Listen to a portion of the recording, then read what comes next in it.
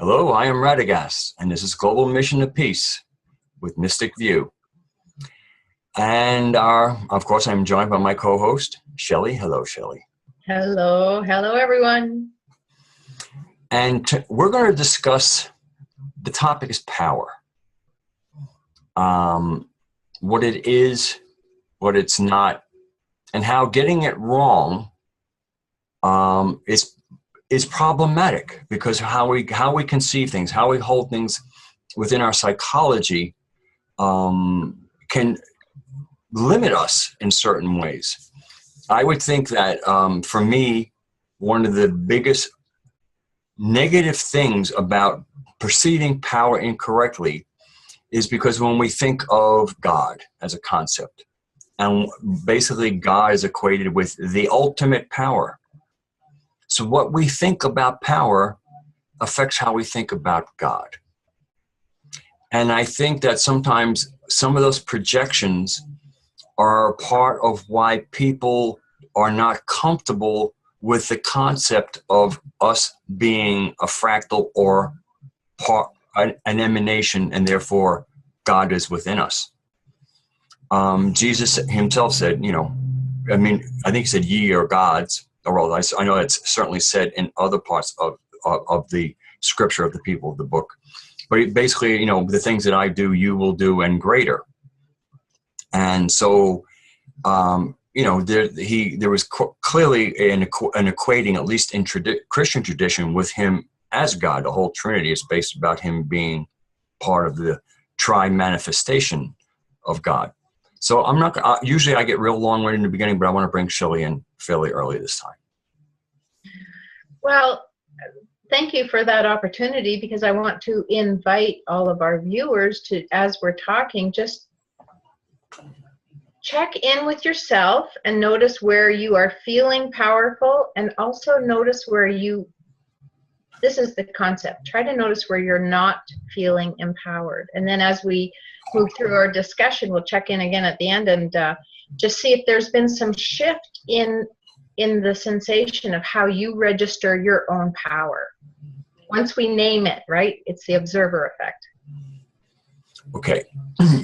So I really believe there's a fairly negative connotation with power, where basically where it really equates much more to the ability to control and command. It's kind of hierarchical. It's just basically dysfunctional and a little diseased in its concept.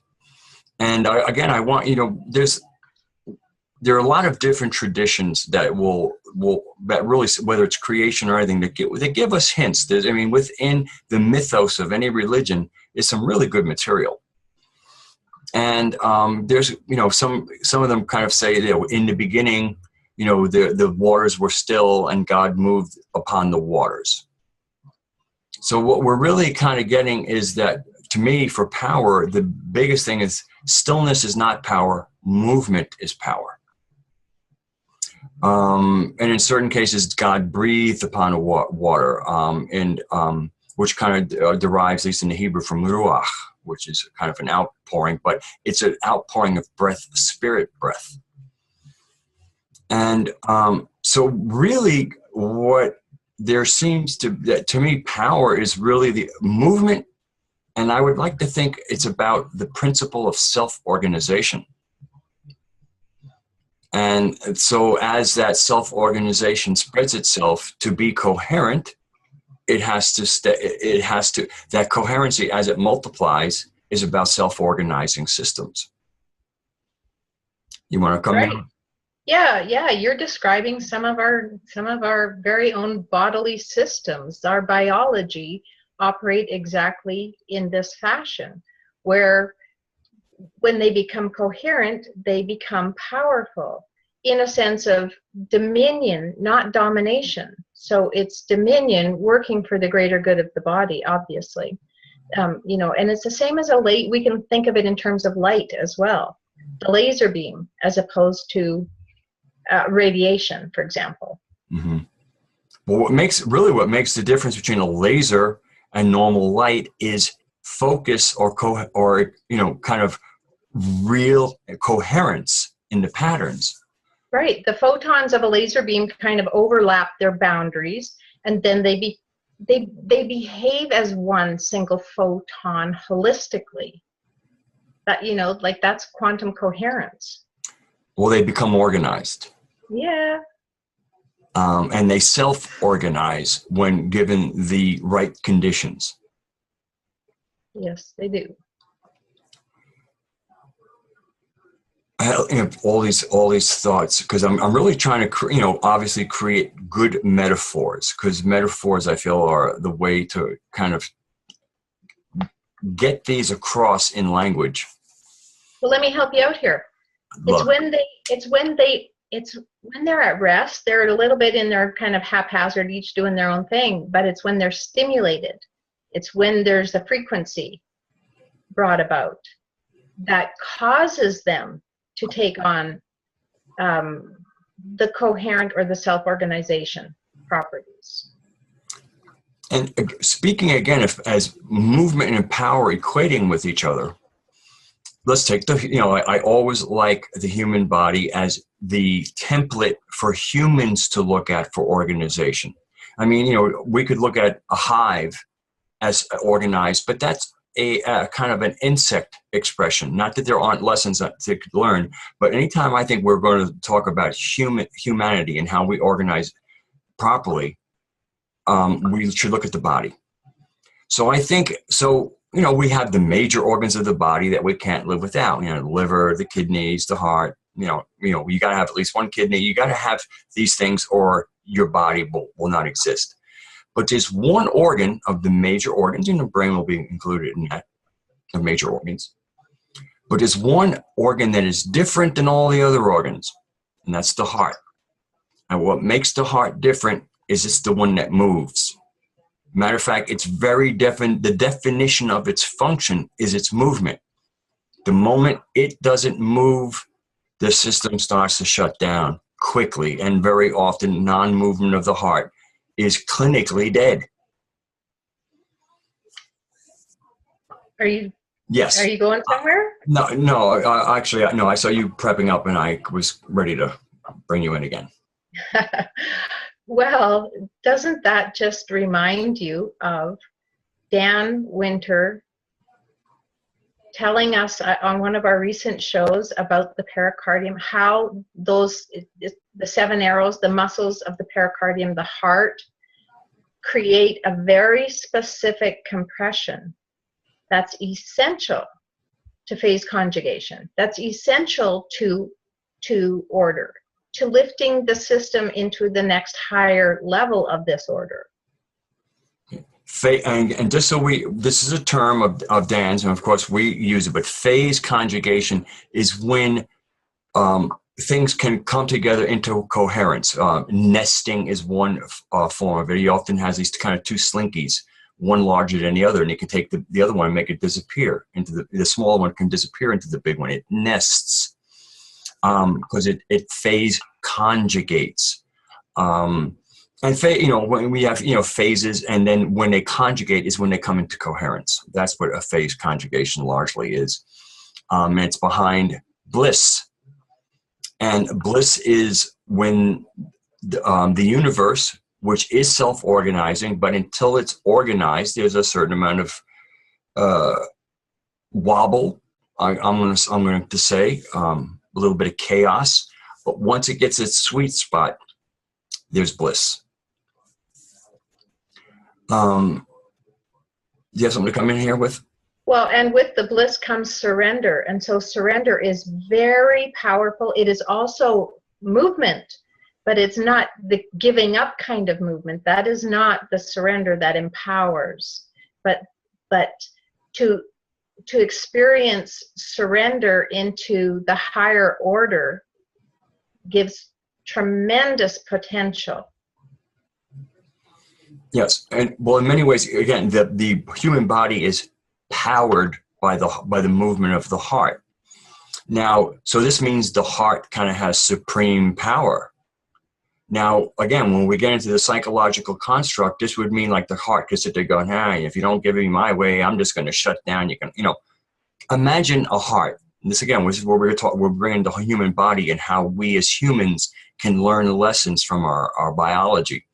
Can you imagine a heart that is actually controlling things, that it within its existence and its knowing of itself, there's like this kind of concept, if you liver and brain and kidneys, if you don't do it my way, I just might shut down. And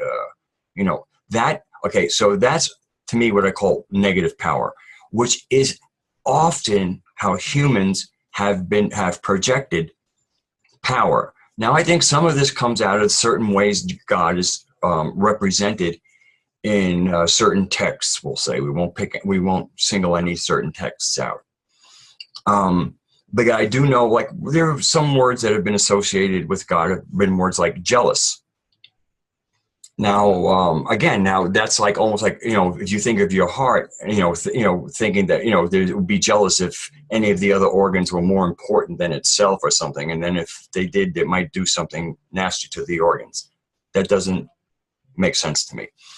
Matter of fact, it was around probably about the age of 14 when I started not liking jealousy in other people, especially not in myself. And as I grew older, jealousy became less and less acceptable.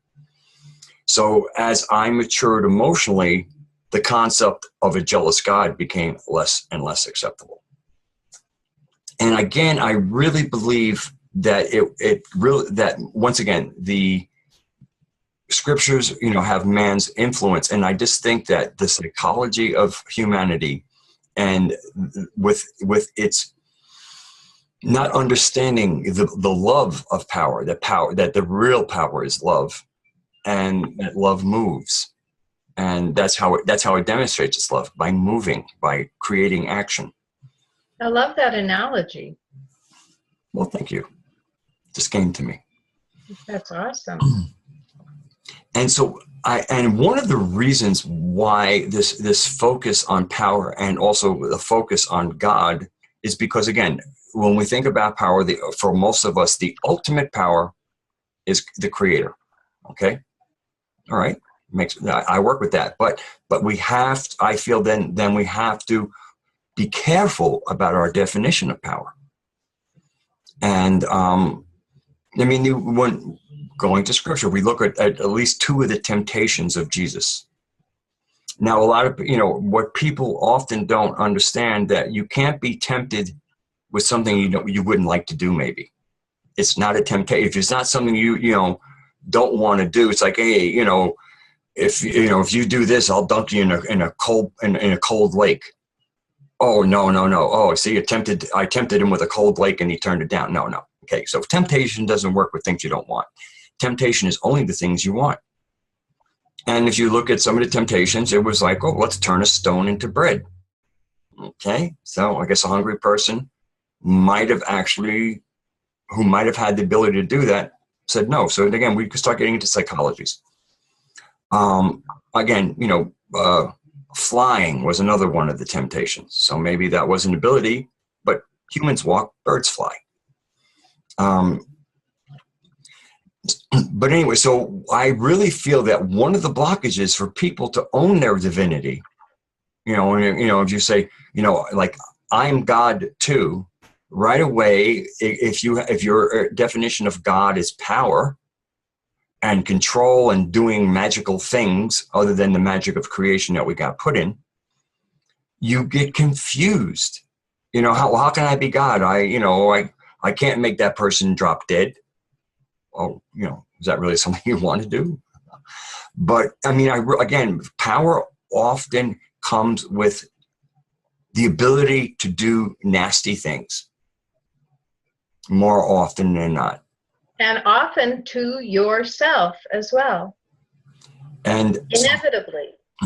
And so I think often a lot of people, why they almost have trouble sitting with their own divinity, is because they don't have the power to do things that are not face conjugate. Well, how about this? How about if it's actually their brain interfering with the coherence coming from the heart? How about if it's actually a bunch of interference waves because of the thoughts that you had earlier and the thoughts that are, projected onto you by mass media and the thoughts projected onto you by friends and family, and all of those things are creating interference waves that you create you to no longer be actually moving with your heart, honoring your heart, moving in alliance and coherence with that heart. This really, it's just a derailment from your power. It's not that you don't have power, it's that you've allowed your thoughts to interfere to such an extent that you're not standing in your power. If you just listen to your heart and allowed that to lead you, you could be very calm, clear, and completely in power, empowered. And I really believe our main power is creation. To create things. I mean, once again, if we were created in the image of a creator, it makes us creators. So what are we going to create together? And I like one of the analogies, and one of the things that recently came to me is, let's talk about the creation of the United States. And supposedly after the convention, Benjamin Franklin was greeted by a woman who said, "What kind of government do we have?" To which he replied, "A republic, ma'am, if you can keep it." In which case we kind of abdicated, if everybody's talking about the cabal, well, it's obviously we had a republic and we couldn't keep it. Or it's been kept very poorly, if it does still exist. And I think it still exists on paper, but, the republic was a living entity, an organism. Right, what are we experiencing? So similarly, I kind of see in the creation story where, the world was created in 6 days, and on the seventh day, God rested. They don't talk about him picking up again on Monday. All right. It was kind of like, to me, it's almost like the Constitutional Convention. Basically, a world was created, and it was given to us if we could keep it. All right. I mean, and I like my saying, the world is in God's hands, and God's hands are on the end of all our arms. So we come back to creation. And so really, I mean, a lot of what I get from, the metaphors or the imagery of the creation story was this, everything that was not within our realm to create, the elementals, the whole ecosystem that we would be placed into was created for us. And then we were put into it. But once we were put into it, because that was the last thing, it was on the last day of creation. Once we were put into it, the republic was created. It was now given to us to keep it.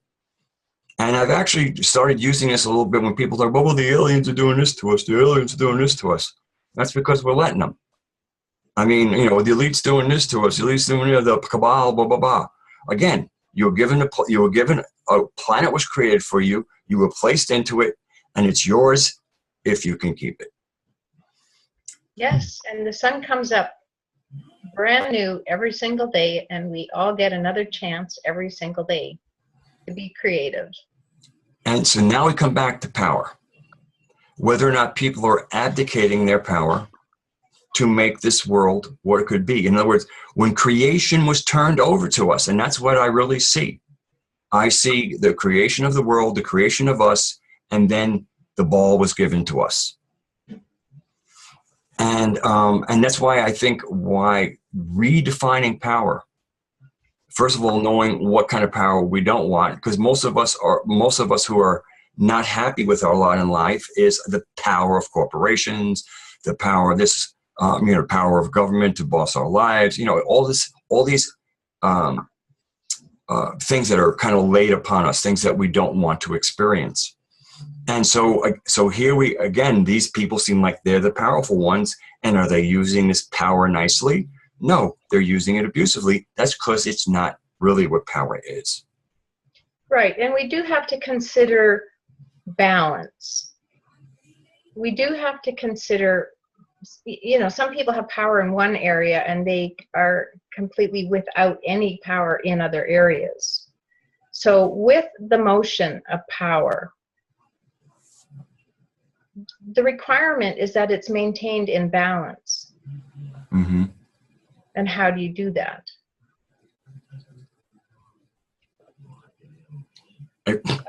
I had something right on my, I mean, it's really interesting to have like these things just well up and then all of a sudden they get kind of dissipate for a second. Go ahead. Do you have anything? You have something? So think about the power of the sun. Think about the power of the sun gods as they kind of personified that power for us. And where does that exist in your life? You know, you could even just simply own it by thinking about the power of every cell. You can just, you know, think of ATP. You could just find power in your own physical experience every minute of every day, and how natural it flows when you're in tune with it, attuned with it. And the more attuned, that, you know, attuned, fatten your aura, feed that which strengthens you and which builds you. And that takes us back to the bliss experience. And that is power. That's ultimate power. And so I was thinking about, even in negative power concepts, that when we look at, we'll call them, you know, the elite. Well, I don't like the word elite at all. The controllers. I like that much better. And because we're meant to be the elite. And I mean that by elite performance, elite love. You know, elite is like an elite athlete. You know, an elite athlete doesn't mean they come from a wealthy family. It means that they've taken their game up to an elite performance level. And that's, to me, what elite should mean. Back in my Mod Whiz days, I made a tape. I made a video on that, redefining elite.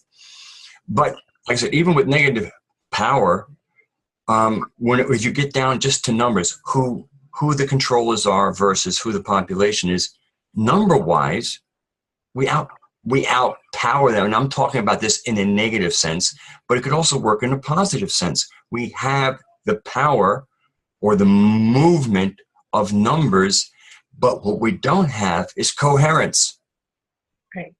This is where our power is lost, because we're not phase conjugating. We're not nesting in with each other. And many times, often when you get down to kind of like the town level in the dysfunction, much of the dysfunction is family against family. Hatfields versus McCoys.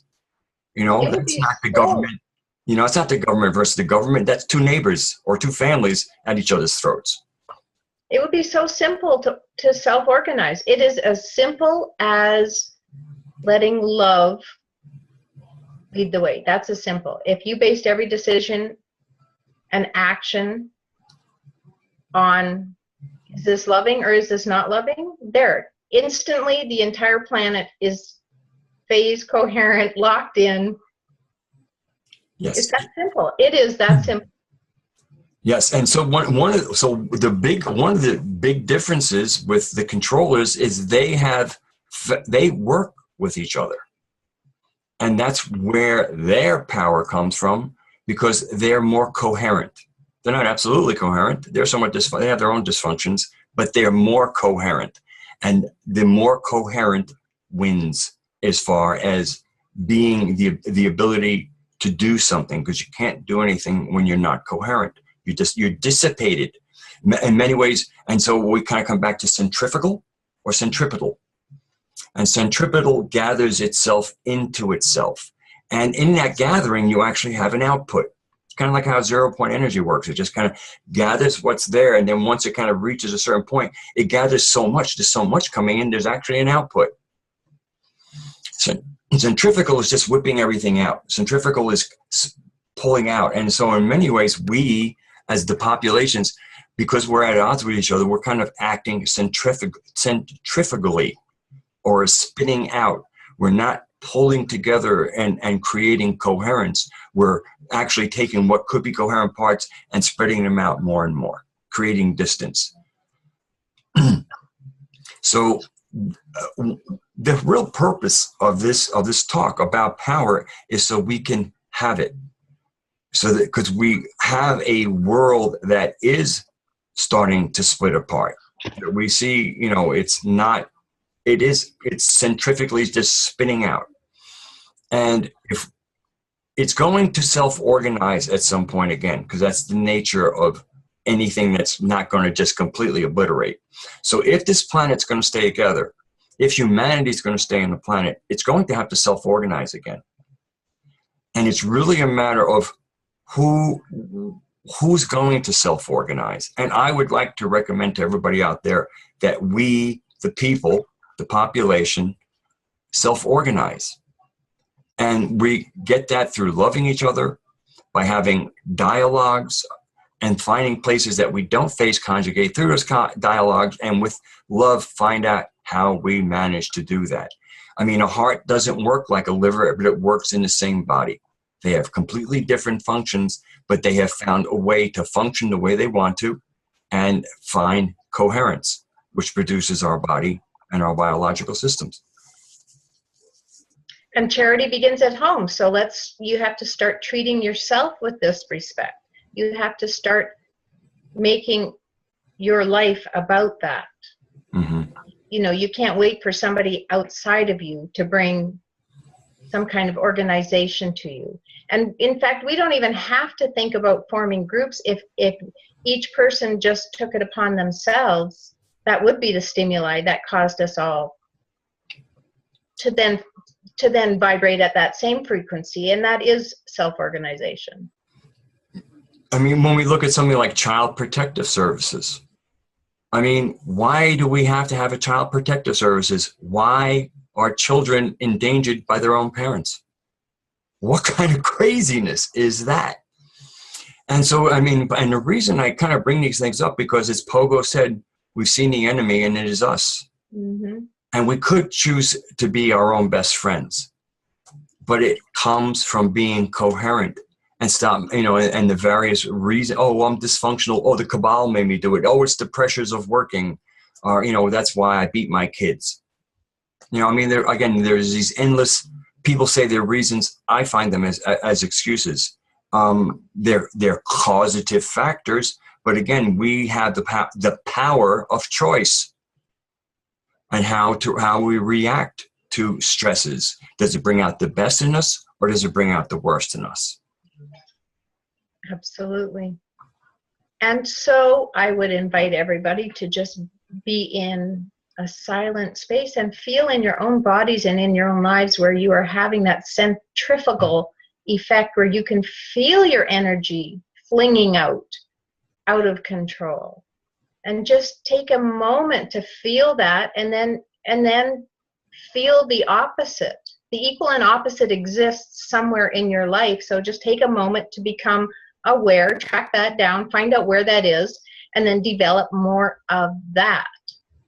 You know, it's your choice. Just because things are out of control right now doesn't mean you have to throw up your hands in despair and go, yeah, that's beyond me. No, you have the ability right now with absolutely every aspect and element in your life to harness that. Yes. That's really all it is. It's that simple. So we're going to take a quick break here.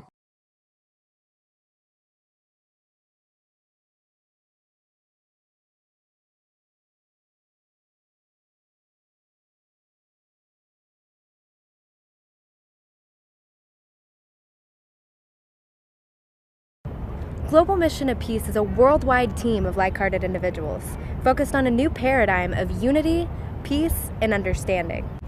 Unity with all people across all borders. Peace with every faith and religion. Understanding the true nature of the political, financial, and power structures of our world.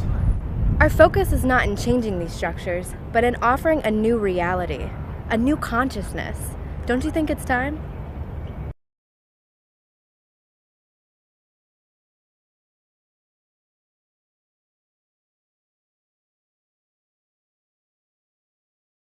Hello, we're back now, and after our little break, we're a little refreshed, and our topic is power.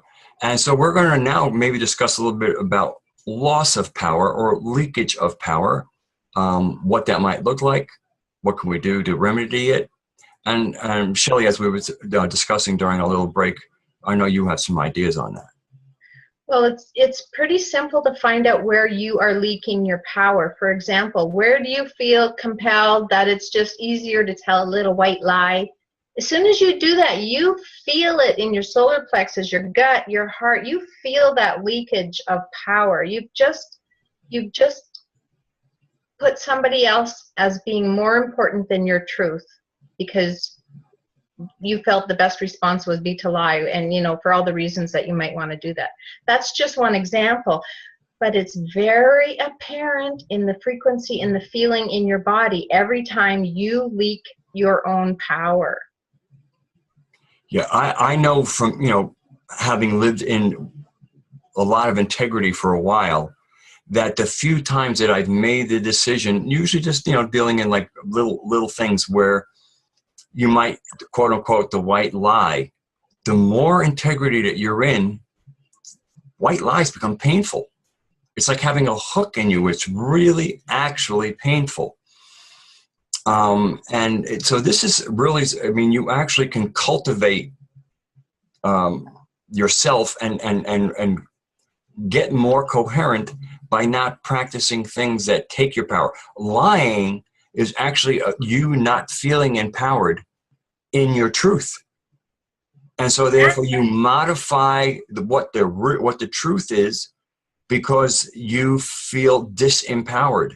And so think about just how nice it is where your truth is where you feel empowered and not having to contrive something that isn't real.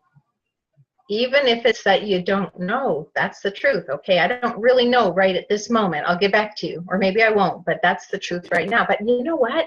For people who can see auras, we can see when you're lying because you leak this kind of, I won't describe it, but there's an energy that travels through your aura that's visible. Mm-hmm. And as we become more perceptive to those subtle energies, it's pretty easy to pick up when people are lying, even if you don't see the color shift. Mm-hmm. It's pretty easy. But the more important thing is not that you're caught in the lie, but how it depletes your energetic field, your aura. You are depleting, you're poisoning yourself. And I also feel concepts, let's say, of absolute evil are also disempowering. Now, one of the interesting things is the original religion of Iran or Persia was something called Zoroastrianism. And actually, it was a monotheistic religion, theistic religion, and it was considered legitimate enough that when the Muslims did make their way into Persia and they investigated the native religion, they accepted it as one of the religions of the book. Now, anybody who, I know the average Western person knows zip about Islam and what it is. They might think they know because they've been listening to the news, been told things. And of course, not only are they're not being told about Islam, they're being told about what I call a satanic sect of Islam called Wahhabism, which comes out of Saudi Arabia. Where, of course, the one that where all people blow themselves up, because the Wahhabists tend to come out of the Sunni sect. Rather than call it Wahhabism, it's like, the Sunnis are the ones who blow themselves up. No, the Wahhabis are the ones who blow themselves up. Promises of virgins and other things. But just so quick for people that know about Islam, Islam has a respect for people of what they consider to be legitimate followers of God. They have a respect for it, and they also want them to kind of like do their own way. What we hear about, Sharia. If you really know about Sharia, what it is the Muslims wish that for themselves to be able to live under a system of Sharia, and they expect whatever other religions around them to use their system of jurisprudence. They don't expect everybody to be Sharia. They're asking for the ability for they themselves to live under that. And that's a discussion on itself, Sharia and understanding. There's actually quite a bit of wisdom built on a community and how it varies because it's based on interpretation of a fiqh who is an Islamic scholar who will kind of parse out. And that's why in certain Islamic countries, there's complete veiling, to minor veiling, to no veiling. It's based on, because Sharia adjusts to what they think is the wisdom of the land. I mean, it's really very organic and based on the local ummah or Islamic community. I hope I'm getting this right. If I'm not, the ambassador I'll hear from the ambassador. But anyway, so you have Zoroastrianism. And in primitive Zoroastrianism, and to me, it's religions in their most primitive sense are always the cleanest, because this is before the priest, this is before the person who actually came up with some of these brilliant ideas dies, and it's left to the people to carry on. And usually the moment the founder dies is the moment the religion starts to lose coherence and start becoming entropic. Just use some of these terms here. But in the original concept of Zoroastrianism, there was no concept of good or evil. But there was a sense of these beings, which in certain places might be considered jinn. They called them devas at that time. And there's been some changing of the words, who's what. There's devas, ashurs, and who's who. And then it seemed like after he died, they flipped the words. That happens anyway. But if we get back to primitive Zoroastrianism, rather than there being good devas or bad devas, they had the difference between the devas was one group of devas would give you counsel that would be good counsel. In other words, if you followed that advice, which I'd like to think is the advice of your heart, you would have good consequences. In other words, if you followed this counsel, things would go well for you. There was another group that gave bad counsel. And if you followed that counsel, your consequences would be bad consequences, because consequences is another neutral term that everybody thinks, oh, you're going to suffer the consequences. No, you can also, inherit the consequences in a good way. Consequences is with the sequence. And but to me, the moment, so what it is by not identifying good or evil, and you have just basically kind of counsel that's going to benefit you or counsel that's not going to benefit you, it gives you the power of choice. And the moment you start positing evils, oh, the devil made me do it. Well, where's your power? Does the devil have more power than you? And it kind of it gives an out. It's a cop out. And so I really feel that spirituality is really about owning your power, and it's about the power of the choices that you make in your life. And I really feel that when you're really conflicted, go into your heart, because I really feel the heart is the portal. That's the God portal. And that's where you will hear the counsel that will benefit you. In your head, you'll hear both counsels. In your heart, you'll only hear one counsel. Okay, so what do we know about this? We know to thine own self be true. We've known that because when you speak your own truth, you activate a rejuvenation process. That's the centripetal field, creating rejuvenation. And you can even take that back to a time reversal into wholeness. Mm-hmm. So secondly, man, know thyself. That was the oracle at Delphi. Yes. The Apollo. Man, know thyself.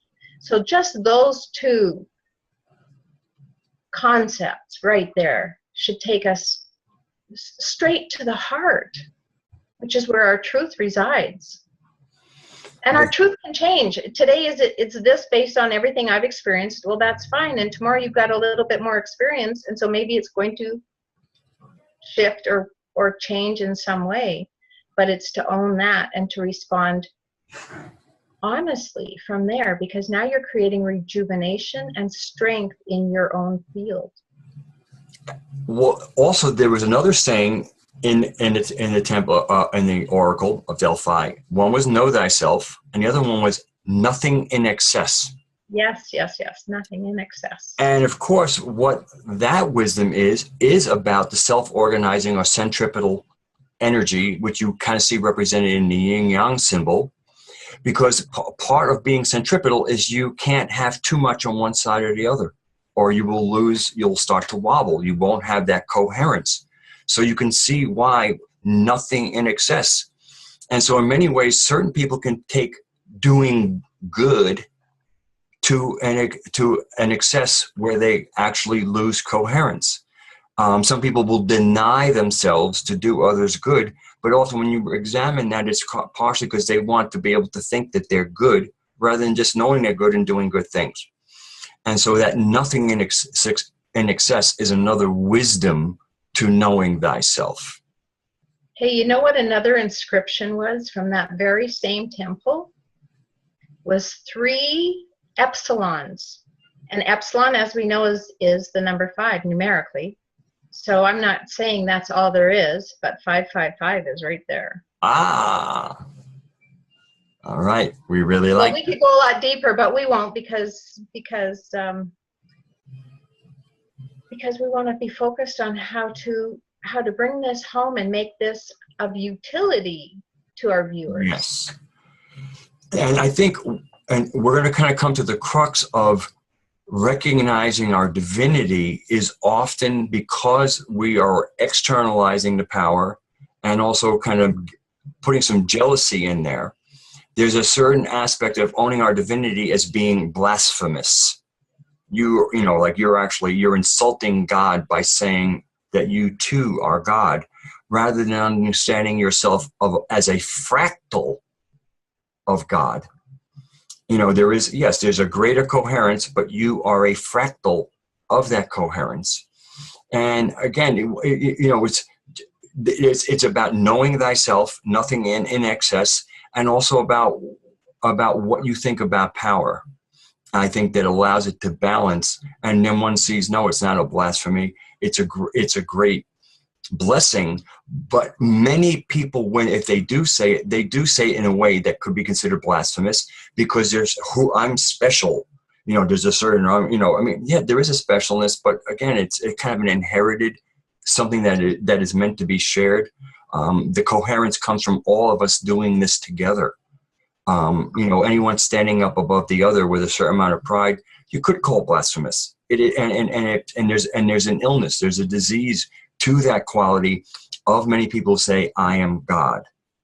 But again, this comes from not understanding the Creator, not understanding its source and its voice in our hearts. And go ahead, Sean. Well, how many places in the Bible does it say, God is light, God is love? And when you're not aligned with that, are you not telling God, oh, man, you really screwed up, buddy. I got to take over here and fix this. Mm-hmm. You know, is that not what we're all just saying? Every time that we are not aligned with love, which is light. So the real power is love.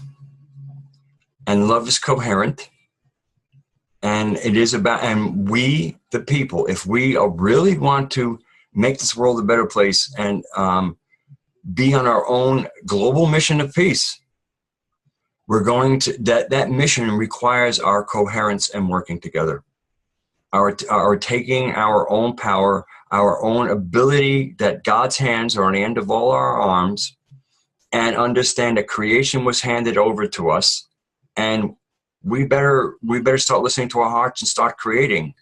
And then we will live on the planet we were meant, that was envisioned for us, that was planned for us, that was set up for us. When we start looking at all the go ahead, Shelley, I saw your mouth open. Go ahead. I wanted to add in, it's our personal mission of peace is where it begins. And apparently we've been messing up for a little bit. I mean, in almost every instance, what any of the birth of religions was an attempt, even with their laws, was an attempt to kind of interrupt the chaos with something that had some form, that had some coherence. As you know, Muhammad basically was a social movement. Islam was based on the ummah, the community. Jesus was trying to form a community. He wasn't out to form a religion. He was out to create the kingdom of heaven, which is like, you know, a kingdom, it's a community, it's an ummah, wherever you want, you know, it's about coherence, and it's about us being empowered. And if we feel that we're chafing under certain laws, please realize that somebody thought it was a better idea than the way we treated each other. And people might go, what do you mean? And I'm going to bring it back down again to the child that needs to be removed from its own parents. Because, I mean, you know, it's like, I don't like child services. I think it's an intrusion of government.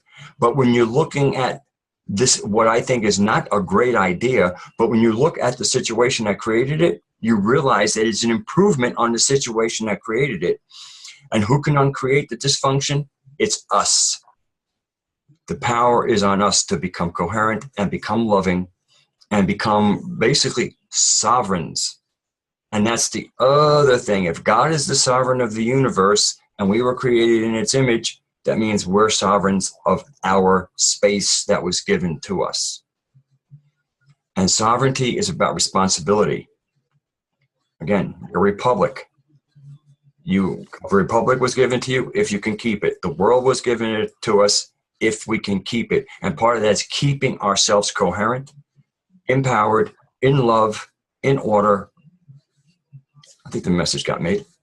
Okay, but here's a little bit of good news, because it's not all that difficult. You know, each one of those sun gods, whether it was Apollo, each one of them represented a time, an era. And then the next sun god came in and it started a new era. Well, we have completed this era. The past paradigm has been completed. And it is time to take, like literally where our solar system is in our galaxy, it literally is supporting our stepping into this new era. All right. And so I'd like to thank you all for joining us. I'll say goodbye. Shelley, why don't you say goodbye, everybody? Yep. I'll look forward to seeing everybody again soon. God bless you all. Please recognize that God's hands are on the end of all our arms, and creation is how we can, and loving is how we can reclaim our power. So let's try to reconfigure it. And goodbye until next time.